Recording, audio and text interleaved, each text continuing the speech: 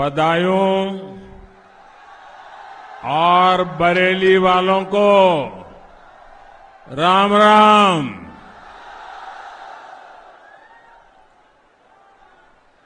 सबसे पहले तो मुझे यहां पहुंचने में विलंब हुआ। इतनी गर्मी में आप सबको इंतजार करना पड़ा। आपको जो तकलीफ हुई उसके लिए मैं आप सबकी क्षमा चाहता हूं।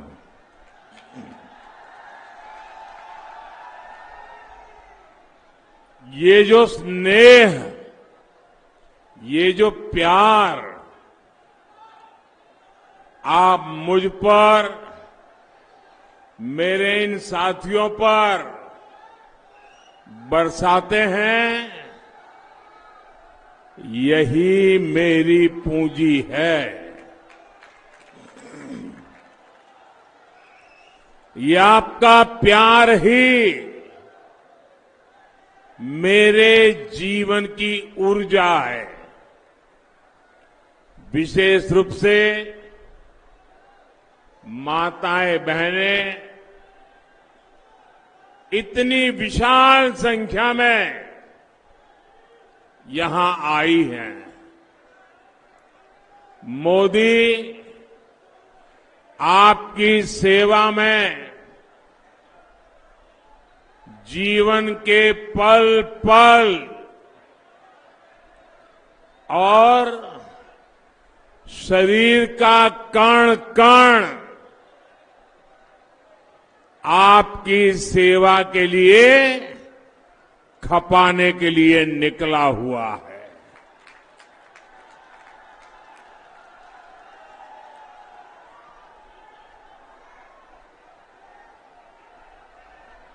मैं कश्मीर से कन्याकुमारी, हिंदुस्तान के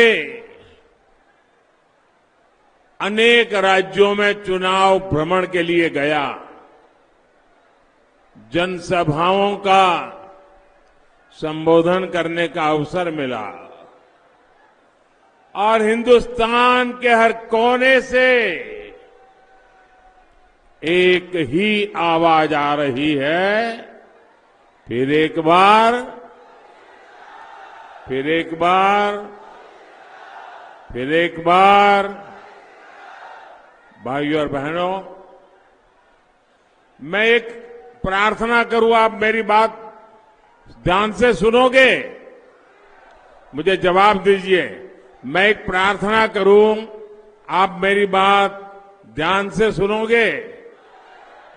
देखिए, ये जगह बहुत छोटी पड़ गई और इसलिए आप में से कुछ लोग आगे आने की कोशिश कर रहे हैं। कृपा करके आप जहां है वहीं खड़े रहिए। अब जगह नहीं है, अब जगह नहीं है, आप आगे नहीं आ पाएंगे और आपको असुविधा के लिए फिर से क्षमा मांगता हूं, पर आप वहीं शांति से, मेरे पास जितना समय है, मेरी बात मुझे कहने का मौका दीजिए। आपका प्यार मेरे सर आंखों पर, आपका आशीर्वाद ये मेरे लिए ऊर्जा है। तो मेरी बात मानोगे? बोलिए भारत माता की। भाइयों और बहनों, कहा जाता है जितनी मजबूत नींव उतना ही मजबूत घर। इसी सोच के साथ आज भाजपा विकसित भारत के लिए गरीब, किसान, युवा और नारी शक्ति को सशक्त कर रही है। ये भाजपा है जिसने बहनों को बिजली, नल से जल, शौचालय, सस्ते गैस कनेक्शन, ऐसे अनेक रोजमर्रा की आवश्यकताएं ये दिया है। ये भाजपा है जिसने मुफ्त राशन की योजना चलाई ताकि किसी मां के बच्चे को भूखे सोने की नौबत न आए। हमने मुफ्त इलाज की योजना चलाई ताकि बहनों को अपनी बीमारी न छुपानी पड़े। अब तो मोदी ने देश के हर परिवार के बुजुर्गों के लिए मुफ्त इलाज की गारंटी दी है। और मेरी आपसे विनती है, आप जब लोगों को मिलने जाएं ना, तो हर परिवार में 70 साल से ज्यादा आयु के बुजुर्ग हैं, उनको बताइए कि अगर बीमारी में जो खर्चा आपके बेटे को करना पड़ता था, वो खर्चा अब दिल्ली में जो आपका बेटा बैठा है ना, वो करेगा। ये बता देंगे, हर बुजुर्ग को बता देंगे। 70 साल से ऊपर की उम्र का कोई भी बुजुर्ग अब उनके इलाज का खर्चा उनके परिवार के लोगों के सर पर नहीं पड़ेगा। ये जिम्मेवारी मोदी की रहेगी। जब से पीएम आवास के ज्यादातर घर देश की करोड़ों बहनों के नाम हुए हैं, तब से उनकी आर्थिक शक्ति कई गुना बढ़ गई है। साथियों, आने वाले 5 साल देश की नारी शक्ति का जीवन और अधिक शक्तिशाली बनाने वाला होगा। हम खेत में ड्रोन से लेकर इसरो में जहां से चंद्रयान चलते हैं, नारी शक्ति का विस्तार देखेंगे। आने वाले समय में 3 करोड़ ग्रामीण बहनों को हम लखपति दीदी बनते देखेंगे। और ये मोदी की गारंटी है। साथियों, हमारे वो योगी जी और उनकी पूरी टीम उत्तर प्रदेश में जो मेहनत कर रही है, उस मेहनत से आज यूपी की पहचान नए अवसरों की धरती के तौर पर बन रही है। योगी जी के नेतृत्व में यूपी का भाग्य बदल रहा है। और यूपी के सांसद के नाते मेरे लिए भी ये गर्व का विषय है। यहां तो नैनो यूरिया की इतनी बड़ी फैक्ट्री है, ऐसे अनेक कारखाने यहां लग रहे हैं। पहले आपका हक का पैसा भ्रष्टाचारी लूट लेते थे। आज देखिए, बरेली और बदायूं के किसानों को ही पीएम किसान सम्मान निधि से 600 करोड़ रुपए मिल चुके हैं। ऐसे काम तब होता है जब विकास सबसे ऊपर होता है, सर्वोपरि होता है। भाइयों और बहनों, 24 का ये चुनाव 1000 वर्ष की गुलामी की मानसिकता से देश को पूरी तरह से मुक्त करने का चुनाव है। ये चुनाव भारत के स्वाभिमान को नई बुलंदी देने वाला चुनाव है। आप जरा याद कीजिए, 10 साल पहले तक सपा और कांग्रेस, ये दोनों लोग क्या कहते थे? हमें चिढ़ाने के लिए आए दिन कहते थे, ये भाजपा वाले बड़ी बड़ी बातें करते हैं और कहते हैं मंदिर वहीं बनाएंगे।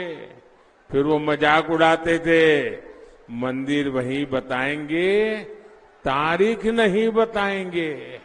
ऐसी गाली देते थे कि नहीं देते थे? ऐसी गाली देते थे कि नहीं देते थे? और मैं चुपचाप सब गाली सहता था, चुपचाप सहता था। आपके आशीर्वाद से हमने मंदिर भी बनवाया, प्रभु रामलला की प्राण प्रतिष्ठा भी हो गई। हुई कि नहीं हुई? हमने तारीख भी बताई, टाइम भी बताया, जगह भी बताई और जाकर के निमंत्रण भी दिया। लो भाई, ये जगह है, तारीख है, समय है, आओ। प्रभु राम के प्राण प्रतिष्ठा का इतना बड़ा अवसर, लेकिन उनका अहंकार इतना था, ये अपने आप को प्रभु राम से भी बड़े मानते हैं। और इन लोगों ने, सपा और कांग्रेस दोनों ने, इतना बड़ा पवित्र काम,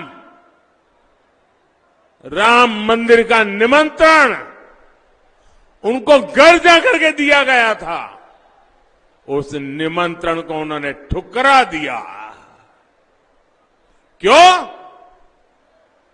एक ही गणित था कि अगर मंदिर के प्राण प्रतिष्ठा के निमंत्रण को स्वीकार किया तो उनका वोट बैंक नाराज हो जाएगा। राम ही नहीं, बल्कि इन्होंने हमारे श्याम को भी नहीं छोड़ा।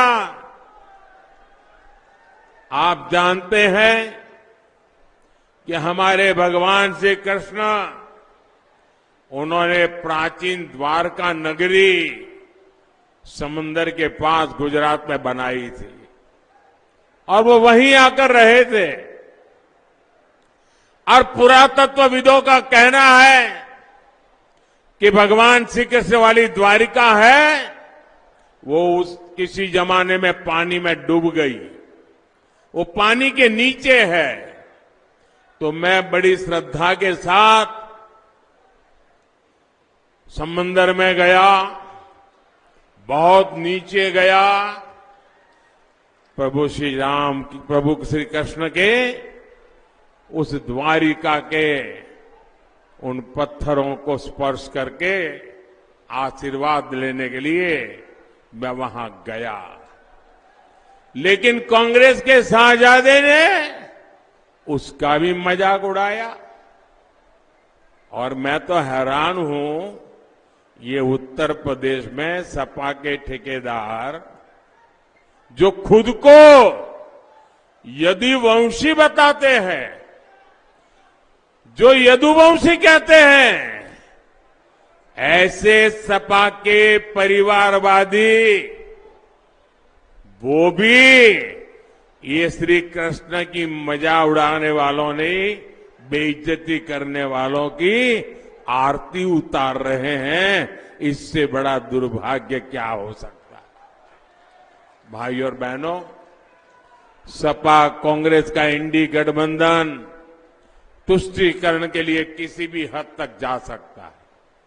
आप देखिए आजकल समाजवादी पार्टी के साथ दोस्ती की कस्में रही कांग्रेस, खतरनाक इरादों से पूरे देश में हंगामा मचा है। कांग्रेस का ये खतरनाक पंजा फिर देश के लोगों का हक छीनने वाला है, आपका हक छीनने वाला है।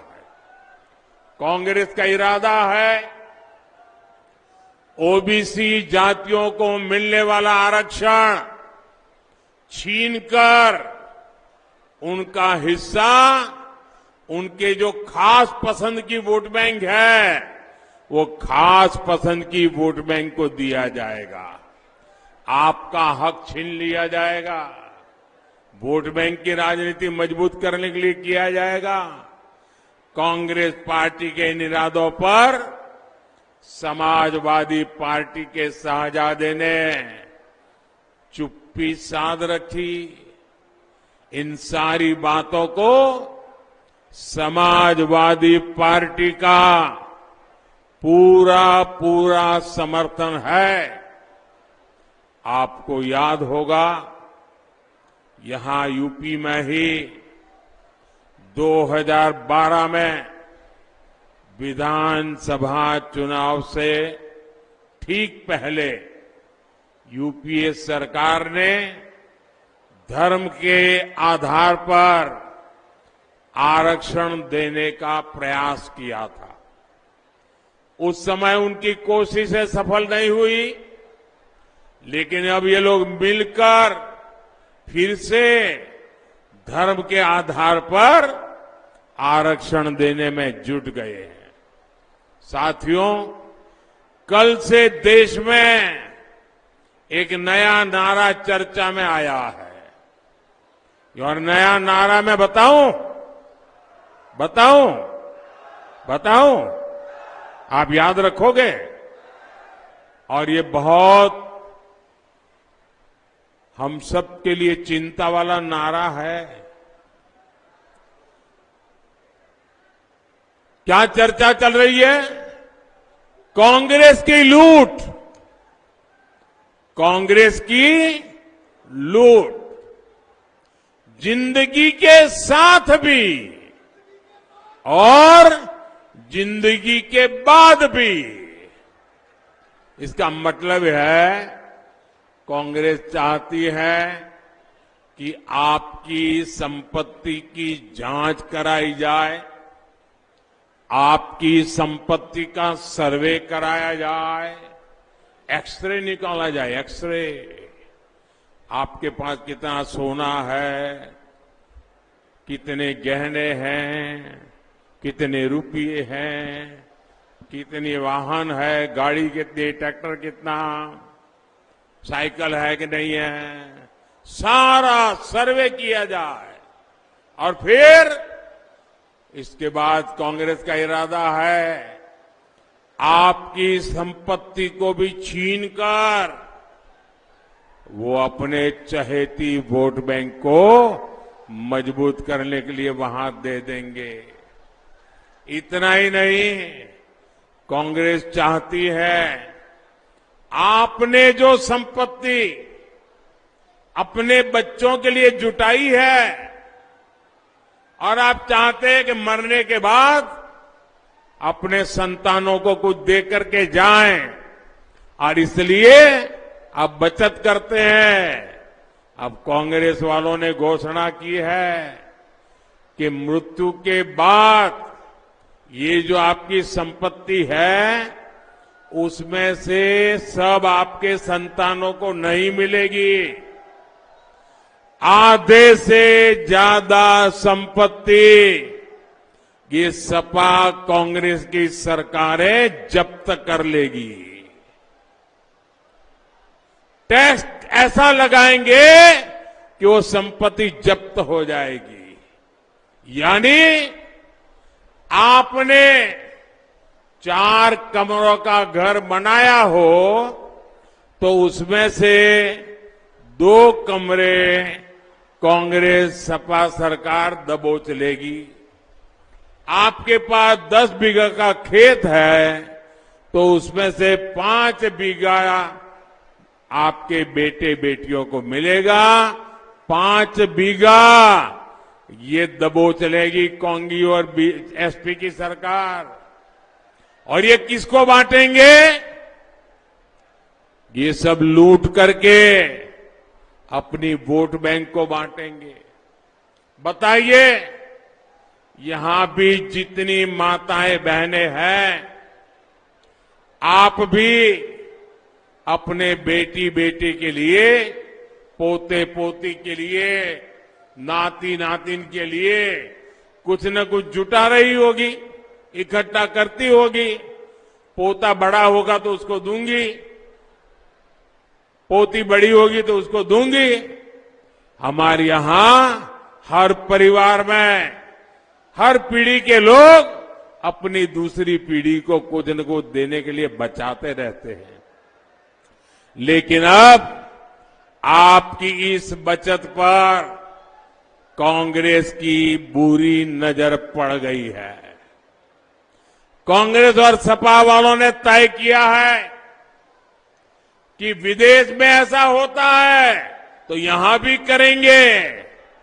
विदेश में तो महिलाएं मंगलसूत्र क्या होता है वो भी उनको पता नहीं है भाई। ये मंगलसूत्र छीनने की बात करते हैं। क्या कोई मां बहन इस देश में मंगलसूत्र छीनने देगी क्या? मंगलसूत्र छीनने देगी क्या? आप विदेशों का हवाला देते हैं, उनकी अपनी दुनिया, अपने परिवार है। दरअसल इन लोगों की नीयत ठीक नहीं है। 2 शाहजादों की जोड़ी भी देखिए कैसी है। सपा के शाहजादे की जब सरकार थी तब यहां कर्फ्यू लगते थे। माताएं बहनें गहने पहनकर, मंगलसूत्र पहन करके खुलेआम नहीं निकलती थी। मंगलसूत्र छिपा के रखना पड़ता था। और कांग्रेस के शहजादे अब एक्सरे मशीन लगाकर ये जो स्त्री धन है उसको भी, मंगलसूत्र को भी छीनने की घोषणा कर रहे हैं।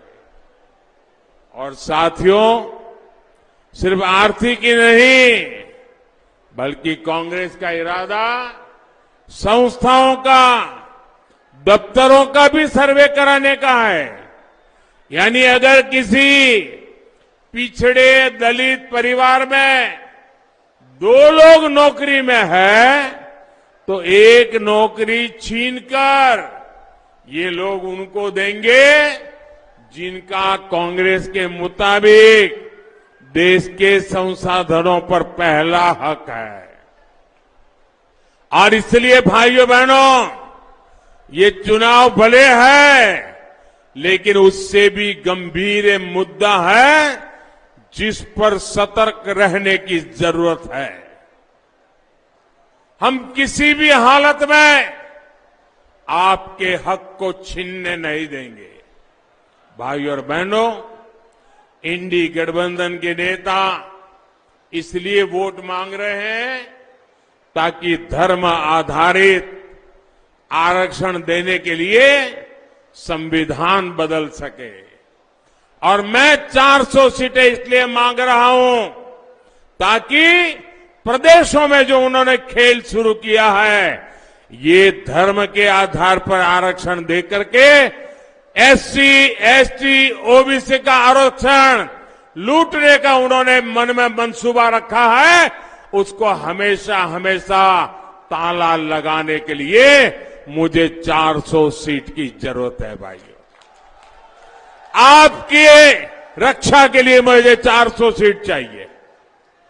आपके हक को कोई छीन न ले, इसलिए मुझे 400 सीट की जरूरत है। मैं यूपी के ओबीसी समाज, अपने सभी कुर्मी भाई बहन, यादव भाई बहन, मौर्य कुशवाहा भाई बहन, जाट गुजर भाई बहन, राजभर तेली पाल समाज, ये सबको गारंटी दे रहा हूं, मैं आरक्षण का आपका अधिकार कभी समाजवादी पार्टी और कांग्रेस को छीनने नहीं दूंगा। और ये मोदी की गारंटी है। भाइयों और बहनों, कांग्रेस हो या समाजवादी पार्टी, ये सिर्फ अपने परिवार का ही सोच सकती है। इन लोगों के लिए अपना परिवार ही सब कुछ है। आप इनके लिए कोई मायने नहीं रखते। आप खुद देख रहे हैं, या यूपी में सपा को अपने परिवार के बाहर का एक भी यादव ऐसा नहीं मिला जिसे वो टिकट दे सके। यहां बदायूं हो, मैनपुरी हो, कन्नौज हो, आजमगढ़ हो, फिरोजाबाद हो, सब जगह एक ही परिवार के सदस्यों को टिकट मिला है। ऐसे लोग हमेशा सिर्फ अपने परिवार का ही भला करेंगे। परिवार के बाहर का कोई भी व्यक्ति हो, इनके लिए कोई मायना नहीं रखता। भाइयों और बहनों, मजबूत भारत के लिए एससी, एसटी, ओबीसी और महिलाओं के हक की सुरक्षा के लिए आपको हर बूथ पर कमल खिलाना है। खिलाएंगे, घर घर जाएंगे, मतदाताओं को जगाएंगे, मेरी बात पहुंचाएंगे, ज्यादा से ज्यादा मतदान करवाएंगे। देखिए, आंवला से मेरे पुराने साथी धर्मेंद्र कश्यप जी और बदायूं से हमारे साथी दुर्विजय शाक्य जी को दिया हुआ आपका एक एक वोट मोदी को जाएगा। आपका वोट, आप कमल पे बटन दबाएंगे ना, तो सीधा सीधा मोदी को जाएगा। और इसलिए 7 मई को कितनी ही गर्मी क्यों न हो, पहले मतदान फिर जलपान, ये घर घर जाकर आग्रह करना है। मेरी तरफ से हाथ जोड़कर बताइएगा कि मोदी जी ने आपको राम राम कहा है। मेरे साथ बोलिए, भारत माता की, भारत माता की, भारत माता की। बहुत बहुत धन्यवाद।